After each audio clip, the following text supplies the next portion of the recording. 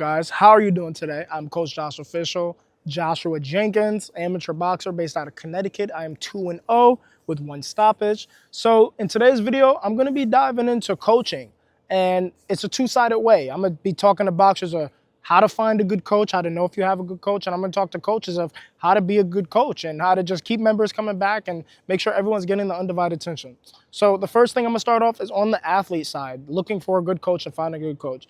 A big thing with me is respect and personability. Like if your coach isn't shaking your hand or at least knowing you on a first name basis, that's always like a big teller on their attentiveness to you. Now I know I get classes with 20 to 30 people. It's very tricky to memorize everyone's name, but you know, after your 5th or 10th visit, they should at least know the letters or at least be saying hi, something like that. So as long as they're a coach that's willing to break that social barrier and connect with you on a deeper level other than boxing, just look for that. And the reason I say that is because those are going to be the coaches that are able to pinpoint your pain points and your reasons of why. A lot of times I find boxers, they get tired or life things come up and they want to quit. And I just hit them with the, hey, remember you told me you wanted to do this, this, and this by this, and that?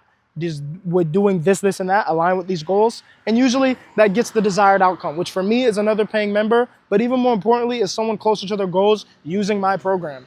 As a coach, we want people that are reaching our goals and utilizing our programs to better themselves. The money will come regardless if you have a good product. That's said in business, streets, hotels, whatever. That's just a common, just steady fact in business. So now, another thing, looking for a coach that is good.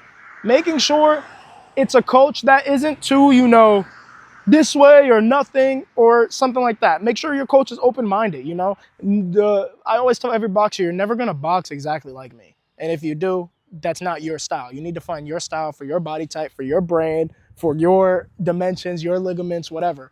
And that's something that I think is a really big roadblock for a lot of coaches. They can't let go of like, okay, maybe this kid wants to throw it this way, that's how he's more comfortable.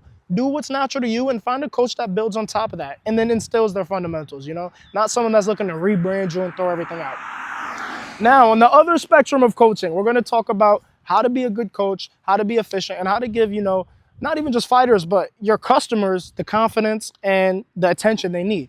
And the first thing I'm going to say with that is when every member comes in from the second they sign up, depending on how you manage all your gym members, you need to be making the contact. People talk to me before they get in the gym. They hear my voice. They know who I am. That way they're not there like, who's this guy? What does he sound like?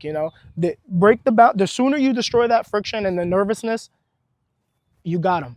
And for coaches, remember, before you do anything, before you start your business, the biggest thing that's going to make you money, think about your first time in a boxing gym.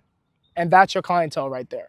The biggest thing, I do this every day, so, guys fighting or screaming in the gym or whatever, it doesn't intimidate me. But to someone who's never been around that and this is their first time and they're choosing to do that experience with you, it is pivotal. You make sure that is a frictionless and relaxing experience. You don't want them in there, am I going to spar? That's what everyone asks. You're not sparring the first month or two you're here before you even learn how to throw a punch.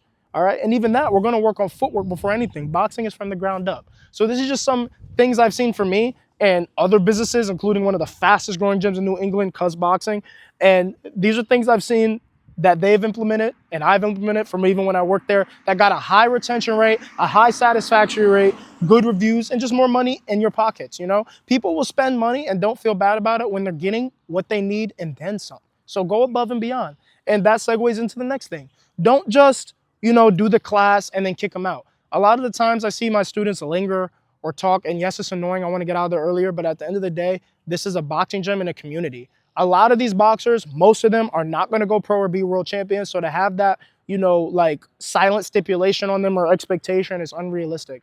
Make sure the main thing you're focused on is building a tight-knit community of people. Even if one guy fights, the whole gym is going to be there. All right. A lot of the people signing up, the main thing they've said to me is like, yeah, boxing's cool. They're not looking to fight. They're just looking for friends and just a sense of community. A lot of these people, lost their way and are using boxing as a way to let out some anger, let out whatever emotions they're dealing with, and just overall improve their self-esteem and release their stress. And you can't really expect more or really fault people for that because getting in the ring is scary. You remember your first time when you did it, and it's not reasonable to expect that of everyone. So stop having that. I see a lot of coaches that holds them back financially and especially business-wise in the sense of, oh, I only want to work with world champions. I'm only working with fighters. You're not a real boxer. There is no such thing as a real boxer. Anyone who shows up and tries their best and puts in even a fraction of effort, even if they quit most of the class and tried one thing, is a boxer and a fighter because they showed up and fought for a dream or vision they had in their head. And not only that, they use your services to do it. So just take them. Your members are not just your fighters. These are people with families, okay? So, just don't impose all your ideologies on them because you could learn from your students. That's what makes you a better coach. Adjust and adapt. If you have a class with 6 beginners and 2 experienced guys, then you need to be able on the fly to have the skills to adjust that class to them, okay? And these tips kind of go for both sides. For the athletes looking for a good coach, this is something too. Make sure your coach is adaptable, adapts on the fly, and has workouts for everyone of every level and is considerate and has a program where it's cohesive. And now I'm going to say some overall points that cover both spectrums. And with this, I want to dive into having a structure. If you're going in the gym and jump roping and then hitting a bag and doing whatever, and my thing is planned out. I have a memorized warm-up routine that's 25 to 30 minutes. And then I have days. Monday, strength and conditioning. Tuesday, bag work. Thursday, school sparring and pad work.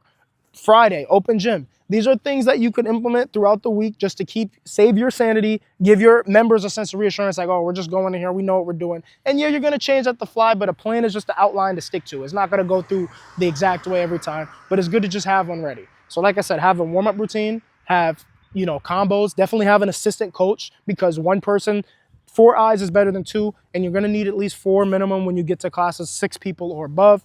And yeah, I know I'm giving a lot of info. I just love boxing. I love it. It's my passion. I'm going to probably live and die in a boxing gym. My girl knows this. My family knows this. I love it.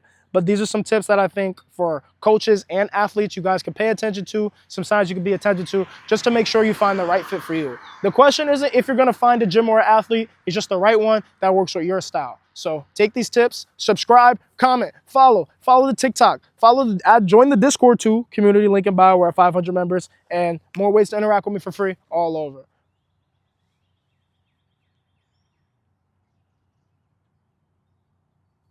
Excited to announce that I just dropped an online course. It's bundled with it's called the Striking Blueprint, and I bundled it for free with a PDF. Altogether, you guys can get these at the link in my bio. This course goes from beginner to fundamentals.